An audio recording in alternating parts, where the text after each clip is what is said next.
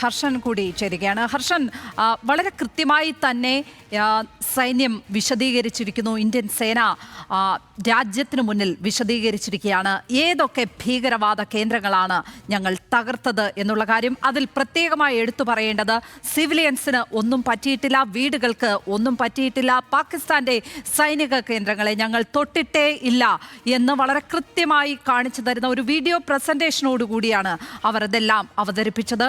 ഈ വിശദീകരണത്തെ നമ്മൾ ഈ ഘട്ടത്തിൽ എങ്ങനെ വേണം വിലയിരുത്താൻ, ഹർഷൻ?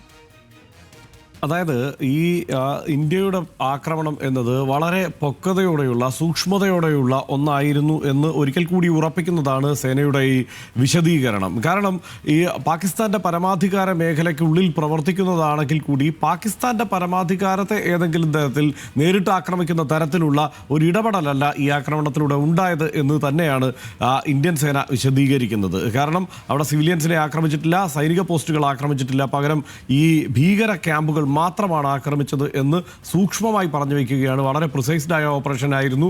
അവിടെ മാത്രമാണ്, ആ കെട്ടിടങ്ങൾ മാത്രമാണ് തകർത്തിട്ടുള്ളത്, അവിടെയുള്ളവർക്ക് മാത്രമാണ് ഈ പരുക്കൊക്കെ ഏറ്റിട്ടുള്ളത് എന്ന്. അതിൽ ഏറ്റവും ശ്രദ്ധേയമായ കാര്യം ഈ മർക്കസെ തൈബ ഒക്കെ ഈ മുദ്രിക്കയിൽ പ്രവർത്തിക്കുന്ന മർക്കസെ തൈബയെ കുറിച്ചൊക്കെ വിശദീകരിക്കുന്നത് തന്നെ അത് 2008 മുംബൈ ആക്രമണത്തിൽ തന്നെ അവിടെയാണ് ആസൂത്രണം നടന്നത് എന്നാണ്. അപ്പോൾ ദീർഘകാലമായി ഇന്ത്യയുടെ സൂക്ഷ്മ നിരീക്ഷണത്തിലുള്ള ഭീകരവാദ കേന്ദ്രങ്ങൾ തന്നെയാണ് ഇത് എന്ന് കൃത്യമായി പറഞ്ഞു വെക്കാൻ കഴിയുന്നു. സാധാരണ പതിവില്ലാത്ത വണ്ണം ഇന്നിപ്പോൾ ഈ അവരുടെ വിശദീകരണത്തിന് മുൻപ് തയ്യാറാക്കിയ ആ വീഡിയോ പ്രദർശിപ്പിക്കുമ്പോൾ തുടർച്ചയായി ഇന്ത്യ നേരിട്ട ഭീകരാക്രമണങ്ങളെ എല്ലാം പ്രദർശിപ്പിച്ചതുകൊണ്ട് തന്നെയാണ് ഈ കാര്യങ്ങൾ വിശദീകരിക്കുന്നത്. ഇത് അന്താരാഷ്ട്ര സമൂഹത്തിന് മുന്നിലും ഇന്ത്യയുടെ ഒരു സമീപനം ഇത് തന്നെയായിരിക്കും.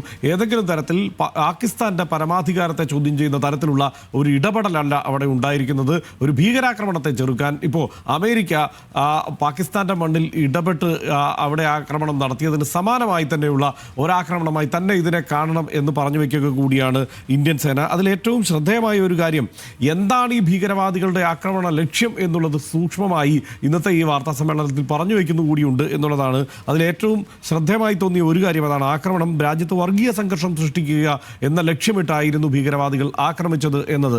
തീർച്ചയായും ആ ആക്രമണത്തിന്റെ സ്വഭാവം കണ്ടാൽ നമുക്കറിയാമല്ലോ. അവർ മതം പറഞ്ഞ് തരംതിരിച്ച് നിർത്തിയും പുരുഷന്മാരെ മാത്രം തെരഞ്ഞുപിടിച്ചുമൊക്കെ ആക്രമിക്കുന്ന സാഹചര്യം ഉണ്ടായി.